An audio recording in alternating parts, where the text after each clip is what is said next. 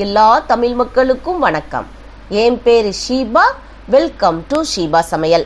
இன்னைக்கு நம்ம வீட்டு சமையலில் ட்ரெண்டிங்காக இருக்கக்கூடிய மாங்காய் சட்னி தான் செய்ய போகிறோம். இது எல்லாருக்குமே பிடித்தமான சுவையில் இருக்கும்.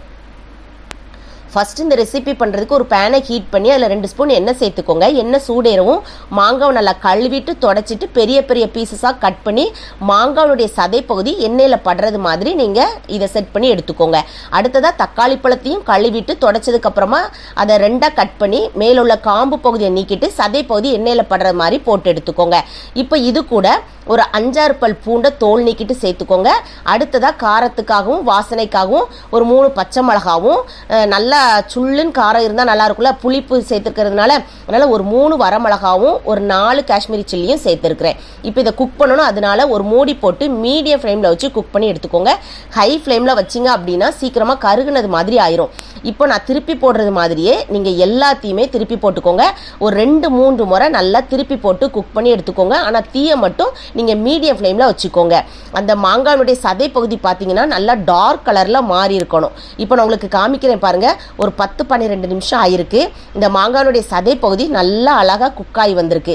இப்போ இதை மாதிரி இருந்துச்சு அப்படின்னா நம்மளுக்கு எல்லாம் நல்லா குக் ஆகிட்டுன்னு அர்த்தம். அடுத்ததாக அந்த தக்காளி பழத்தையும் நீங்கள் தோலை நீக்கி பாருங்கள். அது ஈஸியாக எடுக்கிறதுக்கு நம்மளுக்கு வரும். அப்போ நம்மளுக்கு இந்த சட்னி செய்கிறதுக்கு இது எல்லாமே நல்லா குக் ஆகிட்டுன்னு அர்த்தம். இந்த சமயத்தில் நீங்கள் ஸ்டவ் ஆஃப் பண்ணிவிட்டு நல்லா ஆறுனதுக்கு அப்புறமா மிக்ஸி ஜாருக்கு மாற்றிக்கோங்க. மாற்றும் போச்சில் அந்த தக்காளி பழத்தினுடைய தோலையும் நீக்கிக்கோங்க.